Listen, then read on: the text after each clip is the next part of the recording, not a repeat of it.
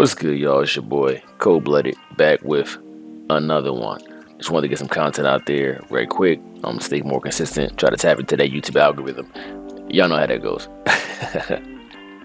So we're not really reinventing the wheel today. Just wanted to utilize some of the clips that I got from my stream earlier. So if you guys don't really follow me on Twitch, please do, man. Twitch.tv/Indocabulate. I'll put that in the bottom. Shoot me a follow. Catch me when I'm live. Let's get some fights in. I've been really trying to figure out what's under the wheel with this game, man. Under the hood, rather. And what I mean by that is there's a lot of weird traits and perks and things like that. And it makes you really wonder what the percentages truly are and how everything really stacks up.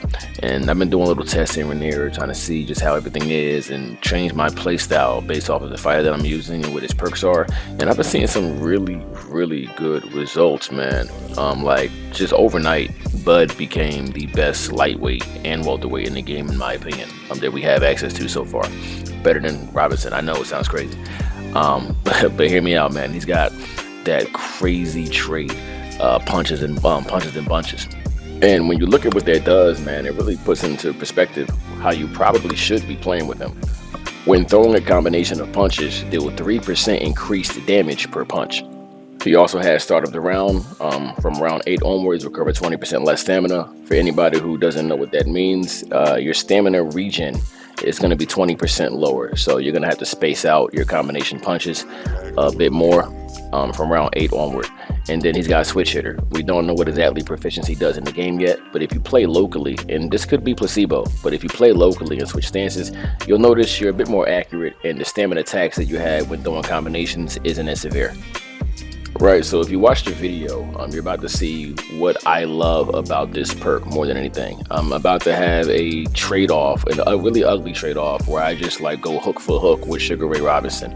And because I have punches and bunches, every hook that I throw is getting more and more powerful. And the damage that I'm going to do over time is going to be far better than his. And that's before we get into the more intricate things like weaving in power punches in your combinations, or getting counter punches mid-combo and getting that critical modifier. And as you see, as you continue to watch the video, I'm a big power straight to the head and or body guy with my combinations. I do a lot of jab to the body, power straight to the head, so that's 3% extra damage to that power straight. I do a lot of straight to the head, pull back into uppercut to the body, that's 3% extra damage to the uppercut to the body. I do a lot of 3-2, so that's 3 and then 9% extra damage on my straight. Those pay dividend. I noticed in my 3-2 combination, by the way, the 2 is always modified. I always put power on it too. I notice when I do that combination, anytime I rock somebody, they almost immediately go out by the second punch because it's got 9% extra damage on it, and it hits them the moment they get into the help event.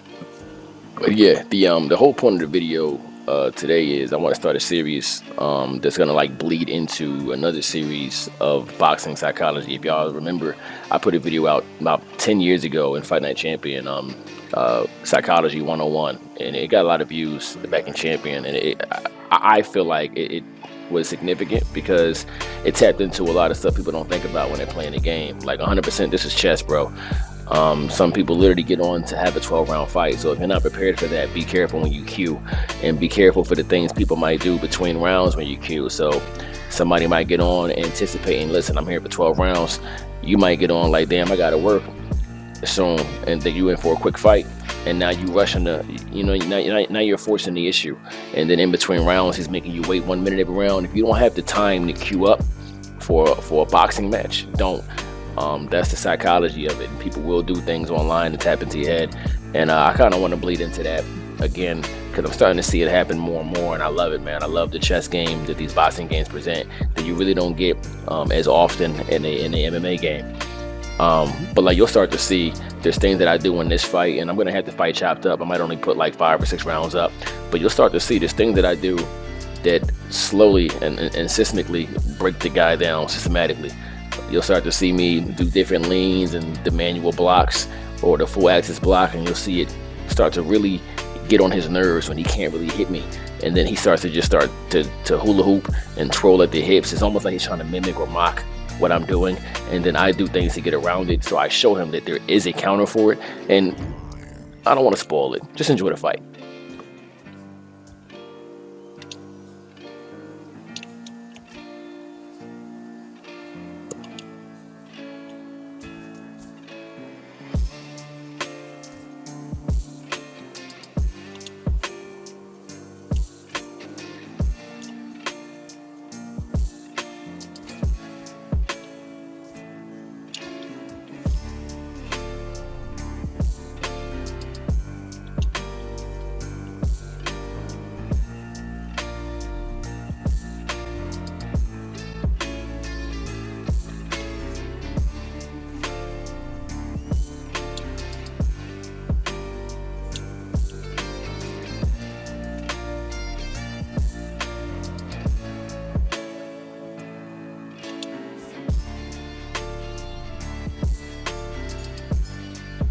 I like this Garcia. It's a good fight.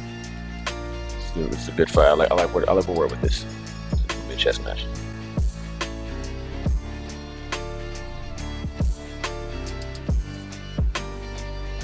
I gotta get as many blocks up as I can. Add that to my scoring. Good. I'm at 3 blocks already. 4.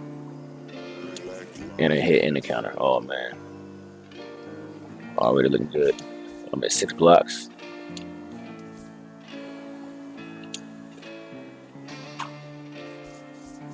Oh man, just give him to me. He did land that last one though. Good job, good job.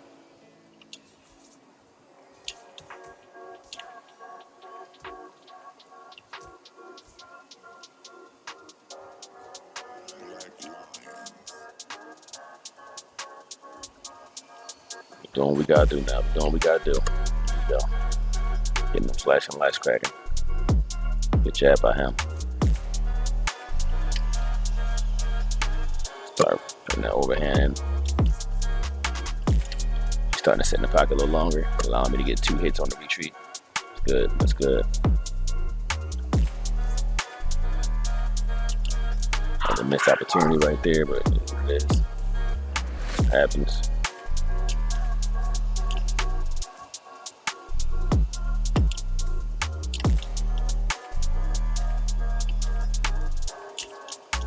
Trying to get me on a pullback. It's not gonna happen.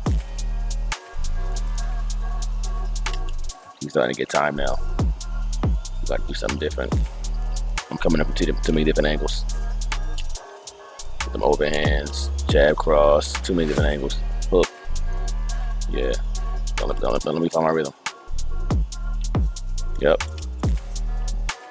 Hard to the body. This one's gonna be double hard, hard. Back out. Yep. Way too busy now. Into an overhand.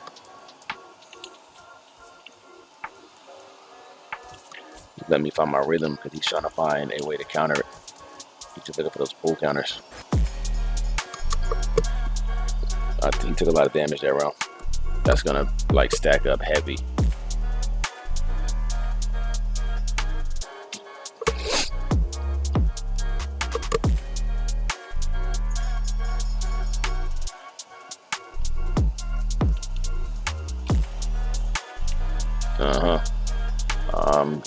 He's probably gonna win his first round here. I'm not gonna commit too much more after that. I don't like the way he's looking. Yeah, he's finding a good little groove. What I will do is try to bait him to take away his groove. So I'm gonna do a little give and take, move in and pull out. This way he misses more, just to take him off his groove.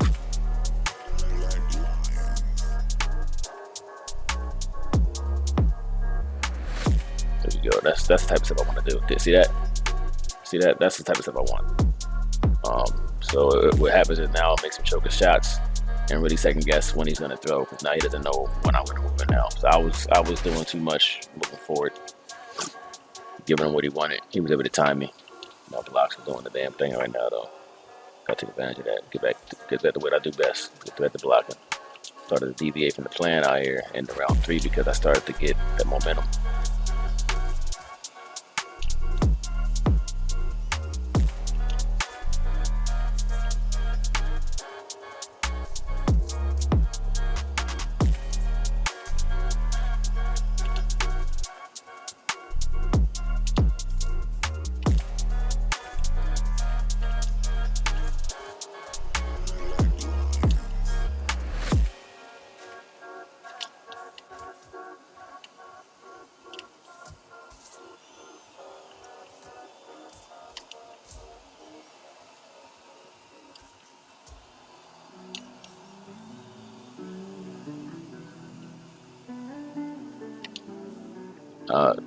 He did some good stuff. I don't think he realized a lot of that didn't get through.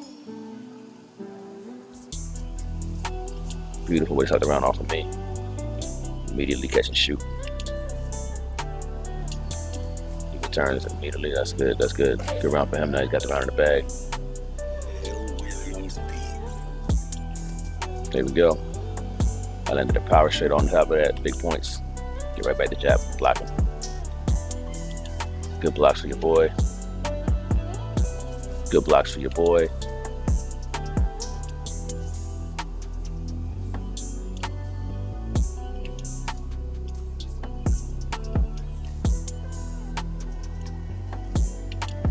Two more good blocks for your boy. Land it.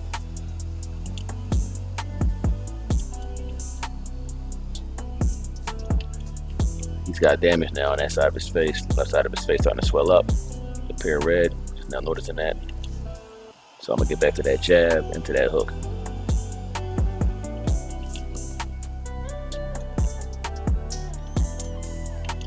If I could go southpaw right now, I'll be putting the overhand on that side. Taking a lot of damage on that side of the head. There it is. Like I said, you could see the visible damage. That's when you want to get up in there. So as you guys saw, I was able to call my shot right as it was happening. I saw the visible damage, took advantage of it. Despite popular belief right now on the forums, you do not have to spam one side of the opponent's head to get some visual cues or to get some nice sustained damage accumulated on one side of your opponent's face. You just got to be real mindful of where you pick your spots. The jab does a lot of damage, especially when you're countering with it. That's a critical modifier. Anybody who plays an RPG, you know you get a crit chance, you get critical hit modifier, so on and so forth. I believe flash punches are our critical strikes. That's our critical hit. But we do not have a crit percentage because they are what we make of them. We make our own crits happen, but they do get modified. You do have that critical modifier. So I like to try to get as many flashing lights with the jab as possible, because the jabs do hit a specific side of the face depending on which angle you're at. Now, usually they hit the side that the hook is going to land on, and so if you stack that jab up, the hook will pay dividend in the end. So if I'm at 79% here, he's got to be damn near in the 50s, and I'm going to start banking on that. Still got to play a little safe though, because we're hitting that 8th round now. So at this point, I'm going to start pushing the issue. As you heard between rounds, I believe that he's far more hurt than I am, and he does things that show it. So I'm at 79%. He's got to be far worse, right? Now, this is uncharacteristic of him. He's hula hooping. He wasn't doing any of this block and rolling of the hits before, and so I'm going to bite. All right, you want to play that game? I'll play it with you. I play it. I feel like I play it a lot better than most people I play against, and I'm also going to take advantage of the angles that you present to me when you do it. I'm going to start stepping around, digging to the body, and so on and so forth, and mixing overhands and different things like that, and showing you that there are ways around it. You see that hula hoop he just did? It's very uncharacteristic. So that to me is a sign of frustration, and also a sign that your character might be hurt. And so now I'm just going to push the issue. I feel like that's a challenge. I'm going to start pushing the issue, keep my block up, showing you, hey, you cannot punch through my guard, that I have a really good handle on the full directional blocking, and I'm going to win the rest of this fight and push for the knockout.